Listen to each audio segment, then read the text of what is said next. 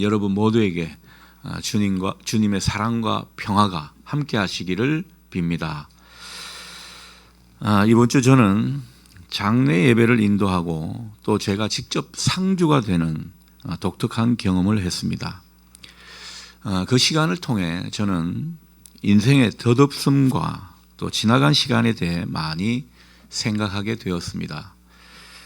강물이 흘러가면 다시 그 자리로 되돌아오지 못하듯 한번 지나간 시간도 되돌릴 수 없구나, 그런 생각이 들었습니다. 그래서 인생은 때로 덧없고 서러운 것이 아닌가, 그런 느낌도 들게 됩니다. 오며 가며 가을빛에 단풍이 붉게 물들어가는 모습을 보았습니다. 그 풍경을 보면서 푸른 시절을 지나 인생의 늦가을에 다다른 분들의 얼굴이 떠올랐습니다. 이번에 별세하신 고인들의 얼굴도 그렇고요. 또 제가 아는 믿음의 어르신 성도들의 얼굴도 떠올랐습니다. 지나온 세월을 회상하고 또 가족들을 생각하느라 눈시울이 붉어졌을 그분들의 모습이 단풍잎에 겹쳐 보였습니다. 그 어르신들 참 숱한 탄식과 애통의 눈물을 아마 흘렸을 것이다 생각이 듭니다. 그로 인해 하나님께서 그 자손들에게 은혜를 주시고 또 복을 내리실 것을 생각하게 되니까 저 또한 눈시울이 붉어진 느낌이었습니다. 여러분, 젊은 시절에는 하루가 되게 길다고 느껴지죠. 하지만 황혼의 나이에 들어선 분들의 이야기는 하루가 금세 간다, 한 해가 순식간에 지나간다, 그런 소리였습니다. 그러나 가는 세월이 빠르다고 한탄할 필요가 없습니다. 삶의 깊이를 깨달은 사람은 황혼의 그 아름다운 장관을 바라보듯 인생의 황혼의 아름다움도 바라볼 수 있기 때문입니다. 죽음 너머의 세계를 믿고 깨닫는 사람은 영생의 풍성함을 맛볼 수 있기 때문에 마지막까지 평안하고 또 은혜를 느끼게 되는 것입니다. 오늘의 아픔과 슬픔 속에서도 우리가 주님을 찬양하게 되는 이유가 바로 이런 것이 아닌가 생각이 듭니다. 자, 오늘 본문은 인생의 황혼에 접어든 바울의 탄식하는 모습이 그려지고 있습니다. 바울은 그 탄식하는 가운데 뭔가 하늘의 신비를 경험했고 그 신비를 우리에게 전해주는 것입니다. 바울은 나이가 들수록 은혜 위에 은혜가 더해졌습니다. 그리고 하늘의 신비와 영광을 맛보는 그런 사람이었기 때문에 그 영혼이 얼마나 깊어졌는지 모릅니다. 세상 이치와 세상의 모든 것을 품는 그런 마음의 도량도 많이 넓어졌습니다. 무엇보다 바울은 그 가운데 주님의 마음으로 세상을 바라보게 되었습니다. 그래서 바울은 만물이 신음하는 것을 느꼈습니다. 그리고 죄로 죽어가는 사람들의 그 고통에 더욱 민감한 사람이 되었던 것입니다. 영혼이 깊어질수록 우리도 다른 피조물, 다른 사람들의 고통을 예민하게 느끼게 될 줄 믿습니다. 자, 22절을 보니까요, 바울이 그렇게 고백하죠. 피조물이 다 이제까지 함께 탄식하며 함께 고통을 겪고 있는 것을 우리가 아느니라. 그러니까 바울은 하나님을 알지 못하는 사람들도, 모든 만물도, 심지어 믿는 사람조차도 탄식한다, 탄식하면서 고통 가운데 신음하고 있다, 이 사실을 보고 깨닫게 된 것입니다. 새삼 바울의 그 영성의 깊이를 느끼게 되는 대목입니다. 여러분, 그렇습니다. 이 땅에 존재하는 모든 만물은 다 탄식하고 있습니다. 여러분, 그 산이나 또 요즘 둘레길 잘 발달이 되어 있잖아요. 이 나무나 꽃 옛날 같지가 않습니다. 이게 뭔가 생명력이 있어 보이는 그런 모습을 많이 잃어버린 느낌입니다. 하늘의 새도 바다도 다 탄식하고 있습니다. 그만큼 오염된 세계 속에서 자연 만물은 탄식하고 있는 것이죠. 다 인간의 탐욕과 타락 때문에 자연이 그만큼 고통받고 신음을 하고 있는 것입니다. 자, 그래서 21절은 모든 피조물이 다 함께 탄식하고 있다. 함께 고통을 겪는 가운데 썩어짐의 종로로 타는 데서 해방되기를 고대하고 있다. 그렇게 우리에게 말씀을 전하고 있습니다. 자, 중요한 것은 우리 인간이 구원을 받고 더욱더 하나님 안에서 온전해져야 피조물들의 탄식이 줄어든다는 사실입니다. 오늘 19절 말씀 보십시오.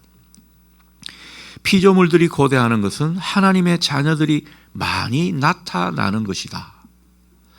여러분, 하나님의 자녀들 많이 있다고 생각하는데 여기서 말하는 하나님의 자녀들이란 참된 구원을 소유하고 영생을 살아가는 그런 사람들이 늘어갈 때 여러분, 피조물의 탄식은 줄어들게 된다는 것이죠.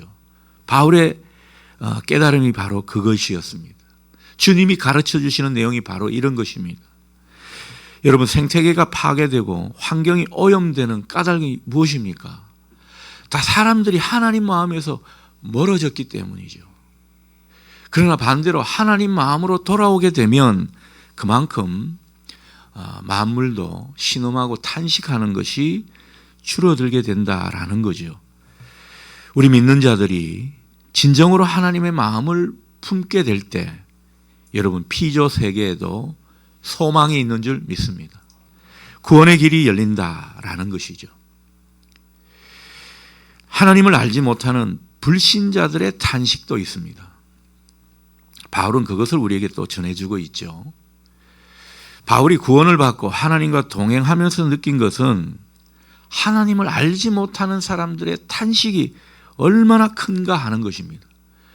바울이 그렇게 복음 전도자로 많은 사람들에게 복음을 전한 까닭은 바로 그 하나님을 알지 못해서 겪게 되는 그 탄식을 보았기 때문입니다. 겉으로는 사람들이 행복하게 보여도 실상은 신음하고 탄식하고 있다라는 거죠.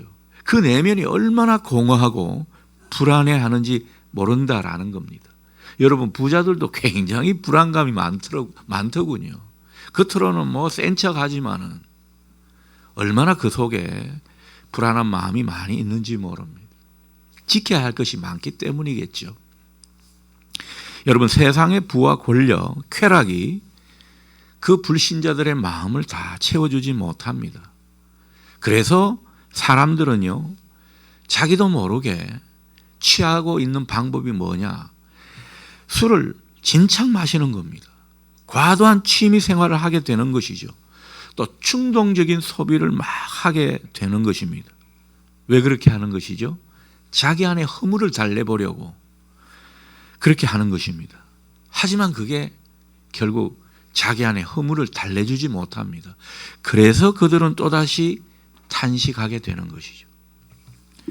여러분, 예수를 믿고 신앙을 제대로 갖게 된 사람들, 신앙의 세계로 제대로 들어온 사람들이 하나같이 하는 고백이 무엇입니까? 이제는 마음이 좀 평안해졌다라는 것입니다. 여러분, 우리가 믿는 사람으로서 세상 사람들과 뭔가 다른 경쟁력을 보여주는, 구별된 모습을 보여주는 것은 바로 우리 마음이 평안하다, 바로 그것 아닐까 싶어요. 예수님을 의지하는 삶이 행복하다는 것입니다. 그렇게 떵떵거리고 사는 것도 아닌데, 자기 몸이 건강하지도 않은데, 부유한 그런 인생이 아닌데도 예수님 때문에, 예수님을 의지하고 그분을 내 인생의 주인으로 모시고 사는 삶이 행복하다고 고백하고 있다라는 거죠.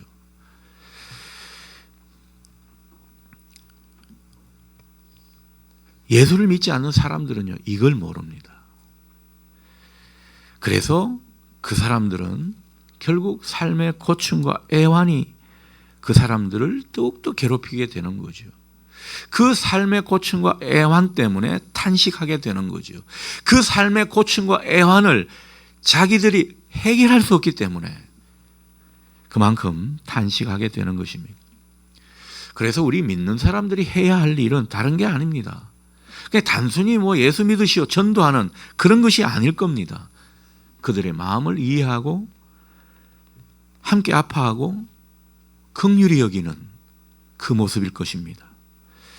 그러니 전도할 때 무조건 믿어라 그렇게 말만 할 것이 아니라 믿지 않는 다른 가족들, 다른 친지들 그 마음을 헤아리면서 정말 이들의 아픔과 고통이 뭔지, 그들의 탄식 소리가 무엇인지 살피면서 기도해 줄 수 있기를 바랍니다. 이게 우리가 할 일이라는 거죠. 이 세상에 예수 그리스도를 필요로 하지 않는 사람은 한 사람도 없습니다. 여러분 그 사실에 아멘할 수 있겠습니까? 불신자들도 뭔가 답답하고 고통스러운 그런 삶에서 벗어나기를 고대하고 있는 것입니다. 그 지점에서 자기도 모르게 예수님을 필요로 하는지도 모릅니다. 여러분 우리가 그 필요에 응답해 줄 수 있기를 바랍니다. 이분들은 자신이 왜 고통스러운지 자기도 모르게 예수가 왜 필요한지 단지 모를 뿐입니다. 그러니 그들의 탄식을 마음에 품고 기도하는 사람이야말로 복음을 전할 수 있는 사람이 아닐까 싶습니다. 불신자들의 탄식을 보면서 그들을 긍휼히 여길 줄 아는 우리가 될 수 있기를 축복합니다. 또 우리 믿는 자들에게도 탄식이 있습니다. 오늘 23절은 그 내용이죠. 그뿐 아니라 또한 우리 곧 성령의 처음 익은 열매를 받은 우리까지도 속으로 탄식하여. 여러분 예수 믿는다고 해서 고통이 다 사라집니까? 어려운 현실이 다 해결되는 것입니까? 그렇지는 않죠. 우리는 여전히 불안한 세상, 불완전한 세계 속에 살고 있습니다. 그래서 아무리 영적인 사람이라도 돈이 없거나 건강에 문제가 생기게 되면 시험에 들게 돼 있습니다. 아무리 믿음 좋은 사람도 내 가족이 심히 아프고 또 극심한 고난이 지속되게 되면 영적으로 피폐해지고 신음하게 되는 것입니다. 그러나 이 탄식은 세상에서 내가 좀 더 잘 살기 위한 그런 몸부림치는 탄식이 아닙니다. 세상의 고통에서 벗어나기 위한 탄식이 아닌 것이죠. 우리 믿는 사람들의 탄식은 그 고통 속에서 하나님의 영광을 기다리는 그 기다림의 탄식인 줄 믿습니다. 세상 사람들의 탄식과는 질적으로 다르다는 거죠. 여러분 진정한 믿음의 사람들의 탄식은 세상의 영향을 받아서 고통받는 그런 현실에서 막 벗어나려고 하는 그런 탄식과는 다른 결에 있습니다. 다른 결인 것이죠. 그러니까 우리가 처음 믿을 때 생각해 보면 세상 사람들의 탄식과 별반 다를 게 없습니다. 아프면 또 탄식하고 또 경제적으로 궁핍하면 세상 사람들처럼 아우성치게 되는 그런 탄식이라고 볼 수가 있겠습니다. 우리가 처음 믿을 때 탄식은 좀 이제 하나님 앞에서 제대로 살면 은혜를 받고 복을 받는 것을 알기 때문에 죄를 안 짓고자 하나님 눈에 들고자 하는 그런 싸움의 내용이 많았을 겁니다. 그러나 성숙한 신앙의 탄식은 하늘의 영광을 얻는 내 믿음을 끝까지 지키고자 하는 그런 싸움인 줄 믿습니다. 그 싸움 가운데 하는 탄식이라는 거죠. 그래서 18절 말씀은 우리에게 이렇게 전합니다. 생각하건대 현재의 고난은 장차 우리에게 나타날 영광과 비교할 수 없도다. 여러분 아멘이 되십니까? 우리가 현재 여러 가지 어려움 속에 있고 정말 예기치 않은 아픔과 고통을 느끼는 그런 순간에 있다 하더라도 믿는 사람들의 고난은 우리가 하나님을 바라보는 가운데 겪는 고난은 장차 받을 영광에 비교할 수 없다라는 것이죠. 바울의 이 고백이 우리 모두의 확신과 고백이 될 수 있기를 축복합니다. 여러분 우리가 믿음으로 바로 산다는 것 참 쉬운 일이 아닙니다. 여러 가지 걸림돌이 있고 장애가 있습니다. 그러나 그 가운데 우리가 주님을 위해 흘린 눈물 그리고 주님 때문에 참게 되고 인내하게 된 그 고통은요 장차 눈녹도 다 사라지게 될 것입니다. 마침내 은혜와 찬양으로 바뀌게 된다라는 거죠. 성령님이 그 일을 행하시는 것입니다. 하나님께서 그 모든 일의 끝에 은혜를 주시게 되면 우리에게는 기쁨과 행복이 가득해지게 되고 찬양과 감사가 울려 퍼지게 될 것입니다. 여러분, 예전의 일들을 한번 떠올려 보십시오. 우리가 살다 신앙생활하면서 어려웠을 때가 있고 힘들 때가 있었잖아요. 그때를 생각해 보면 앞으로 내가 뭘 할 수 있겠나? 이 어둠의 터널은 지날 수 있는 것인가? 내가 이 현실을 뚫고 미래로 나아가는 것이 과연 가능한 일일까? 얼마나 암담하고 그 속에서 좌절감을 느꼈습니까? 뭐 어떻게 할 수 있는 것이 없다. 무력감을 느끼지 않았습니까? 그러나 그 터널을 빠져나오고 현재에서 과거를 회상해 보게 되면 여러분, 힘든 것보다 오히려 내게 필요했던 시간이다. 그렇게 여겨지지 않던가요? 그러면서 그때를 감사하게 되는 것입니다. 우리가 선해서 우리가 뭔가 큰 통찰력이 있어서 그렇게 되는 게 아닙니다. 하나님이 그렇게 우리를 인도해 가시는 거고 우리의 생각과 의식을 변화시켜 주시는 것입니다. 그러니 우리의 탄식과 고난은, 우리 믿는 자들의 그 탄식은요, 주님께서 친히 담당해 주시는 것입니다. 성령님께서 교통해 주시는 것이죠. 그리고 그 모든 것이 결국 우리에게 영광과 축복이 될 줄 믿습니다. 하나님이 그렇게 하시는 것입니다. 여러분, 우리의 실존은 어쩌면 여전히 탄식 가운데 있는지도 모릅니다. 죽음과 삶의 경계에 우리는 내몰린 느낌을 받게 됩니다. 제가 이번 한 주 그랬습니다. 산다는 게 뭔가, 죽는다는 게 뭔가, 삶과 죽음이 이렇게 연결되어 있구나. 그런 것을 많이 느끼게 됩니다. 그리고 물질과 건강의 한계, 그 고통 속에서 우리는 신음하고 있습니다. 그러나 우리의 탄식은 헛되지 않습니다. 하나님께서 그 탄식을 통해서 하나님의 나라를 이루어 가시고 하나님의 뜻을 성취하시기 때문입니다. 여러분, 우리가 뭐라고?